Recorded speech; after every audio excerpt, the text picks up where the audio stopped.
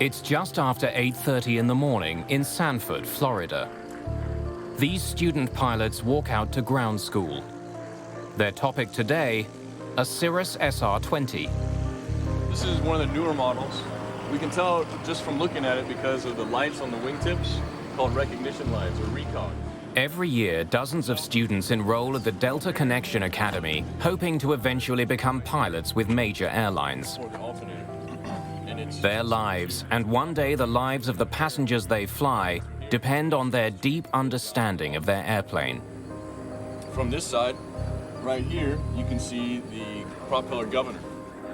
The majority of our students come to us with zero or very little flight time. We want to run someone through our entire program and end up placing them with one of the regional carriers. The wingtips here are called Horner wingtips. They help to reduce the induced drag. These flight students are getting started on smaller aircraft.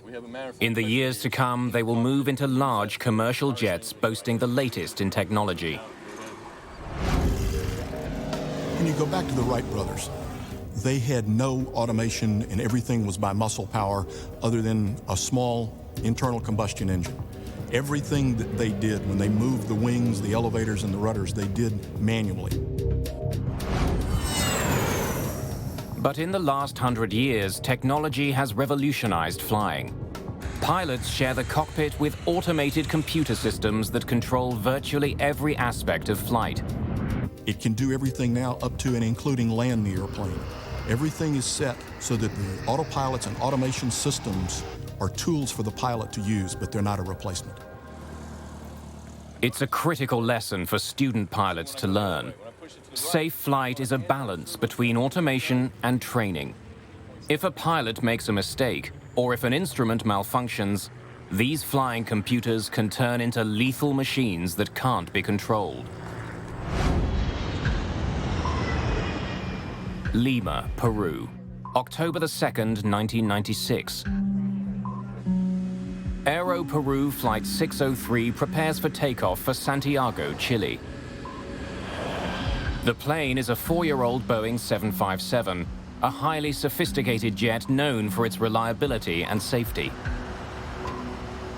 The 757 is flown by two of the national airline's best pilots, Captain Eric Shriver and First Officer David Fernandez. There are 61 passengers and 9 crew members on board. The jet is among a new generation of computer-controlled aircraft in which pilots are trained to rely on a central data system that is designed to reduce errors, both mechanical and human. Gear up. Tonight, though, within minutes of takeoff, the flight begins to go horribly wrong. The altimeters are stuck.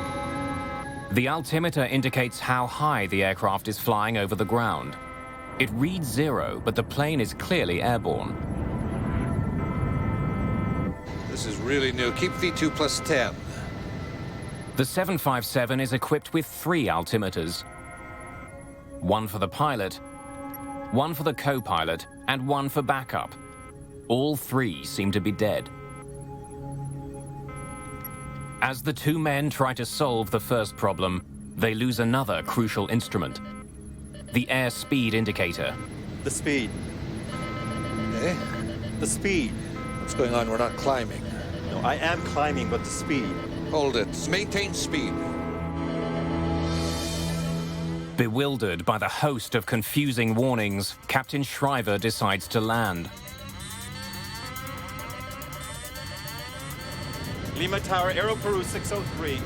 We are in an emergency. Aero Peru 603, Lima. We are declaring an emergency. We have no basic instruments, no altimeter, no airspeed indicator. Declaring emergency. To add to their problems, Shriver and Fernandez are flying at night over water with no visual reference points. Not being able to trust their instruments, the pilots are flying blind. The airplane was controllable, but you first have to diagnose what's wrong. And it's very easy from 20/20 hindsight, sitting here in a chair on a nice sunny day, to say this is what he should have done. But in the cold, dark night with bells and whistles going off, it's very difficult to analyze conflicting information that you're getting. Unable to trust their instruments, the pilots have to depend on information from the ground. Can you give us the airspeed, please, if you have us on the radar?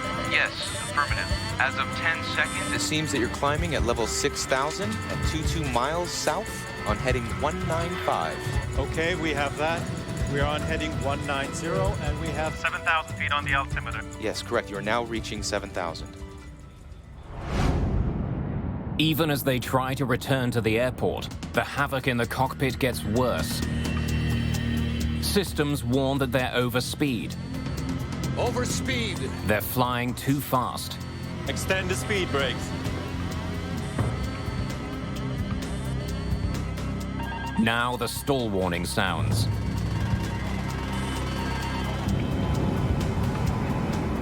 And then...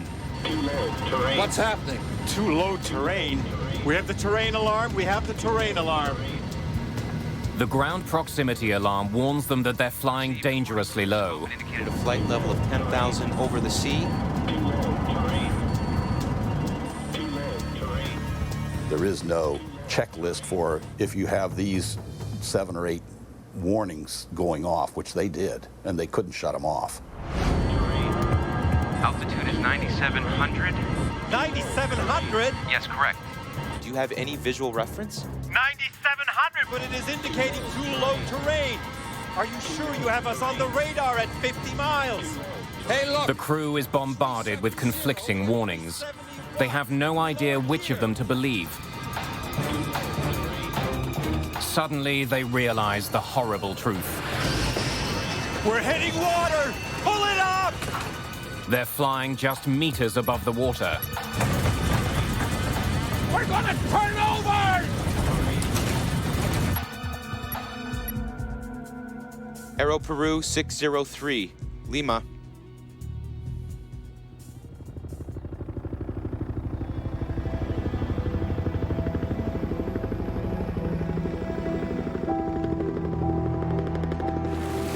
There are no survivors from Flight 603. All because something caused the onboard computers to go haywire. Searching through the Pacific waters, investigators managed to find the data recorders. It was clear to us that they were really experiencing a problem with airspeed and altitude. On the 757, devices called pitot-static tubes measure the airspeed and altitude. They're small external sensors which relay that information to the plane's computerized systems.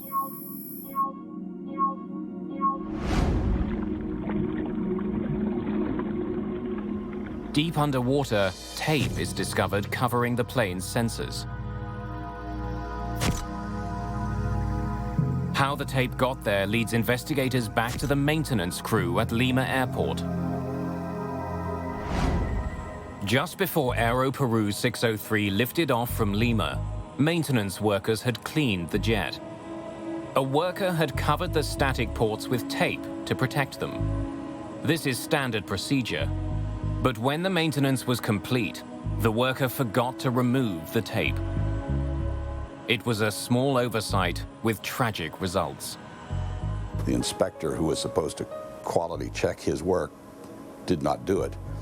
And the supervisor out on the line that night was not there. He was sick, and there was a regular mechanic who was filling that role. He did not see it. In this case, the captain did the pre-flight. They do a walk around looking for just that kind of thing. The captain did the pre-flight that night, and he did not detect it either.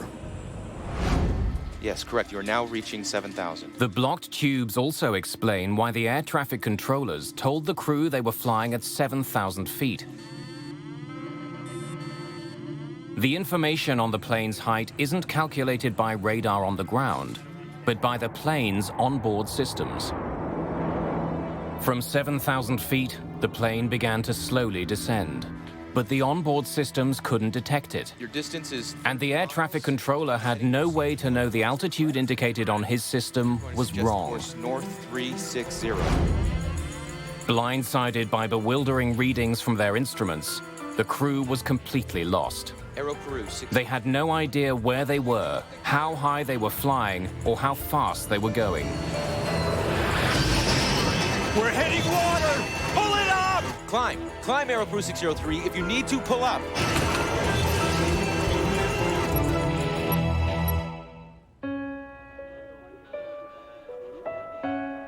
Aero Peru was a deadly lesson about how dependent pilots have become on their automated flight systems, and how helpless they can be when the systems are crippled.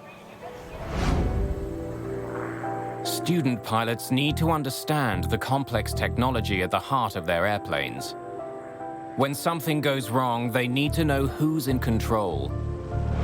Because even an experienced pilot can rely too heavily on his systems.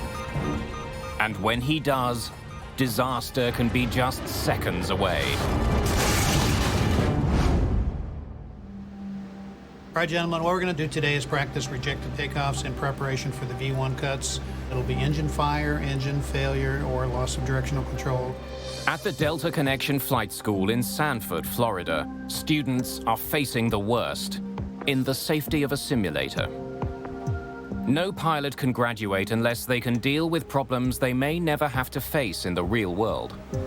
The course that I teach, they work as a crew, they'll get 26 hours in the simulator, 13 hours in each seat.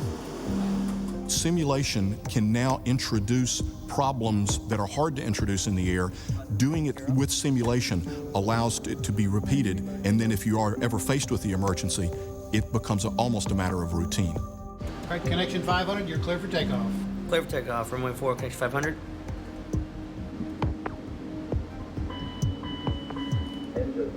Right after takeoff, the students are faced with an emergency. And we got a left engine oil pressure. When you get one of those warnings, don't just punch it out. Go ahead and acknowledge it so both pilots are in the loop. You're both on the same page. All right. We got a left engine oil pressure. I'll take flight controls radios. You run the... I have the flight controls. They run through the drill again and again, because surviving in the air depends on getting it right in the simulator. In an actual cockpit, even a small inconvenience can escalate into a desperate struggle to save the airplane. February the 19th, 1985, China Airlines Flight 006 is tumbling through the sky. No response, Captain!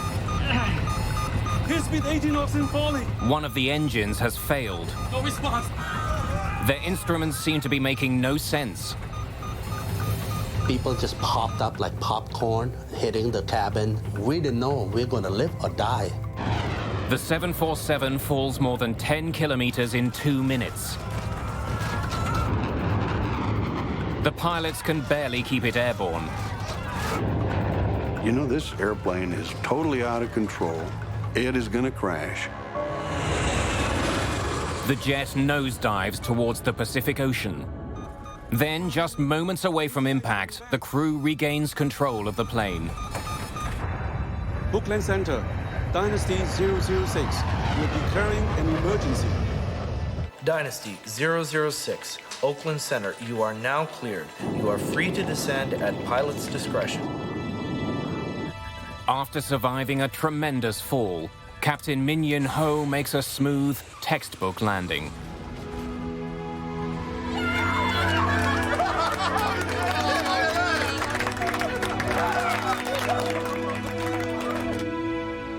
I thought he was a hero. He saved our life. And we thought he was a hero and everything was fine. 24 passengers have suffered minor injuries. One crew member is hospitalized and soon released. But the 747 looks like it's been through a war zone. Parts of the entire tailplane at the end were ripped off, as though a tornado had come through or a crane had been in and ripped pieces out of it. Investigators soon realized the damage to the plane wasn't the cause of the problems, but had actually occurred during the plane's wild plunge. They pore through maintenance records and flight logs to try to determine the cause of the near-fatal incident. Inside the plane, investigators find a worn valve. It led directly to the failure of the jet's fourth engine. But this shouldn't have caused the plane to fall through the sky. Engine 4 flamed out. The loss of thrust on a 4-engine airplane is a minor event. It's an event, you have to take care of it, but the airplane will fly on 3 engines with no difficulty. I do not think I was fatigued. The captain tells investigators that while the crew was dealing with the faulty engine, he left the autopilot in control of the plane. But on this 747, the autopilot does not control the rudder. Autopilots are set to maintain stable flight. If something goes wrong, the system tries to respond. With more engine power on the left wing, the China Airlines jet began turning right. The autopilot reacted by using the plane's ailerons to try to keep the 747 flying straight. But the ailerons weren't up to the job. The jet kept turning. In order to keep it from turning to the right, the proper thing to do would have been to step on the rudder. Now, it's possible that he'd forgotten that the autopilot didn't use the rudder. He may have been assuming all along that the autopilot was just flying the airplane the way a human being would have, which it wasn't. Focused on his malfunctioning engine, Captain Ho left the autopilot in control. But without the help of the rudder, the ailerons were losing their battle to keep the plane level. The gentle turn got steeper. The airplane started to lose speed, and in the end, it was really that little error of airmanship, the failure to step on that left rudder pedal, that triggered everything else. We're banking right, Captain. Airspeed 230. Facing mounting problems, the captain finally takes complete control of his aircraft. We're banking right, Captain. I'm disengaging autopilot.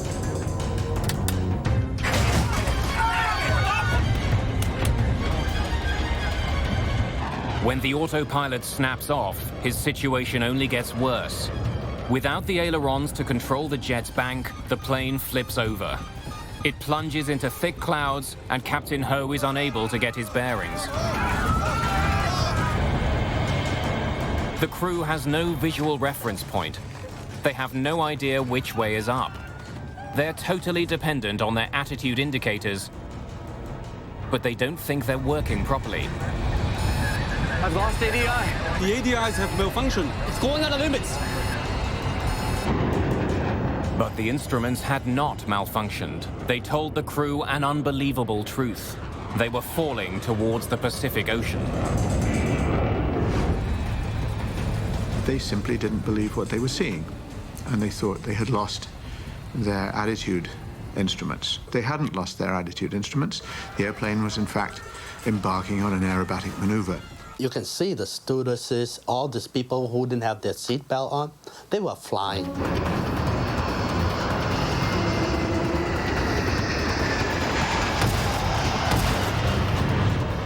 It's only when the plane finally breaks free of the clouds that Captain Ho is able to regain control of his plane.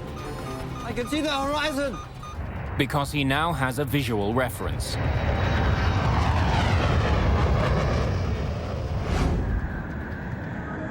By the time Captain Ho takes full control, it was almost too late. The near-fatal dive highlights the need for pilots to avoid relying too much on their computers.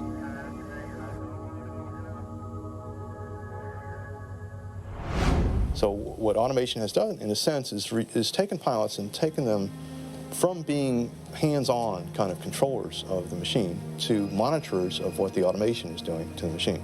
You really are just sitting there with your arms folded, and this goes on for hour after hour after hour. And understandably, people become stupefied. But whatever mistakes the flight crew made, they did succeed in their ultimate task. The one big thing they did right is they saved the airplane. And in principle, that's all you ever need to do right. You need to save the airplane and you need to save the passengers, and that's what they did. Student pilots practice emergencies again and again to ensure that when disaster strikes, they handle it correctly. Automation is an enormous aid to long-distance flying, but if a crew doesn't fully understand how their plane works, they can quickly get into a situation from which they cannot escape. Autopilot engaged. Autopilot engaged. 10 years after the China Airlines mishap, another crew is baffled by a more complicated autopilot and fails to take control until it's too late.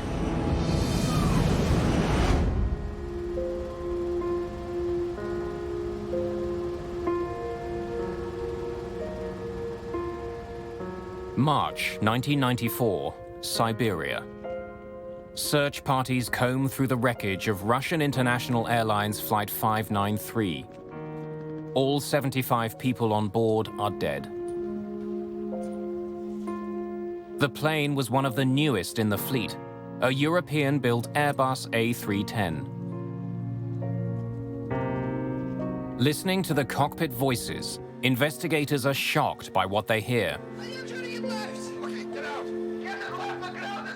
Children's voices in the cockpit. They are stunned when they realize these children had operated the flight controls.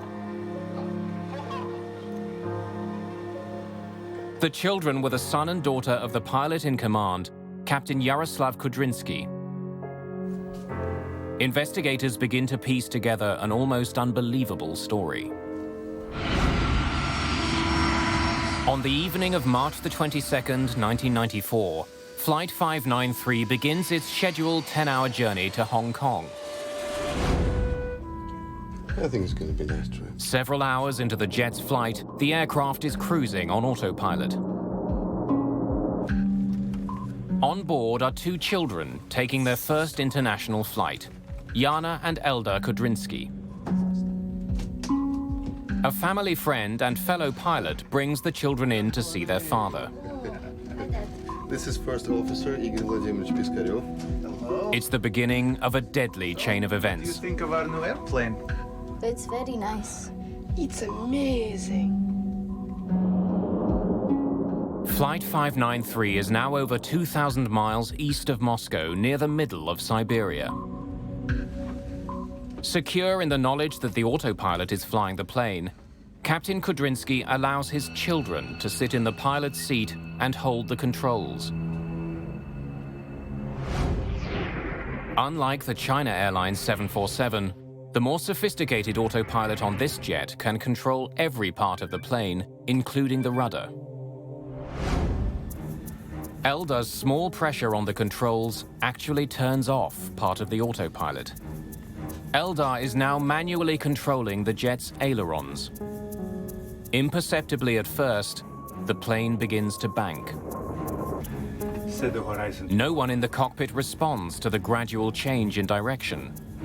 And the very design of the plane hides the fact that the jet is on the brink of disaster. Yes, it is. Another peculiarity of the plane is that it has no alarm signaling the disengaging of the autopilot in the lift channel.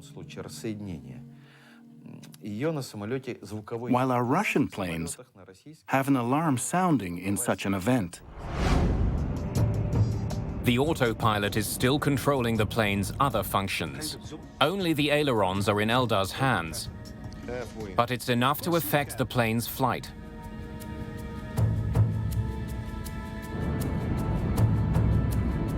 Moments later, the Airbus is banking at 45 degrees.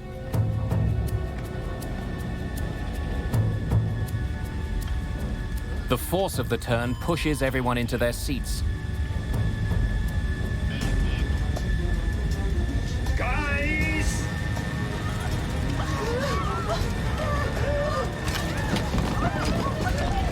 The increased G-force makes it difficult to reach the controls. Hold it. Hold the control column. Eldar is the only one with both hands on the controls. The speed of the turn is pushing him back in his seat. The other way. Turning to the left. I am turning it left. Okay, get out. But Eldar can't leave. His body feels twice its normal weight.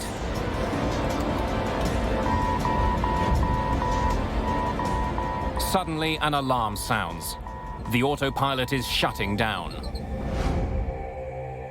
When the jet reaches such an extreme position, the autopilot is designed to completely disengage. It's a safety feature to put the pilot back in complete control.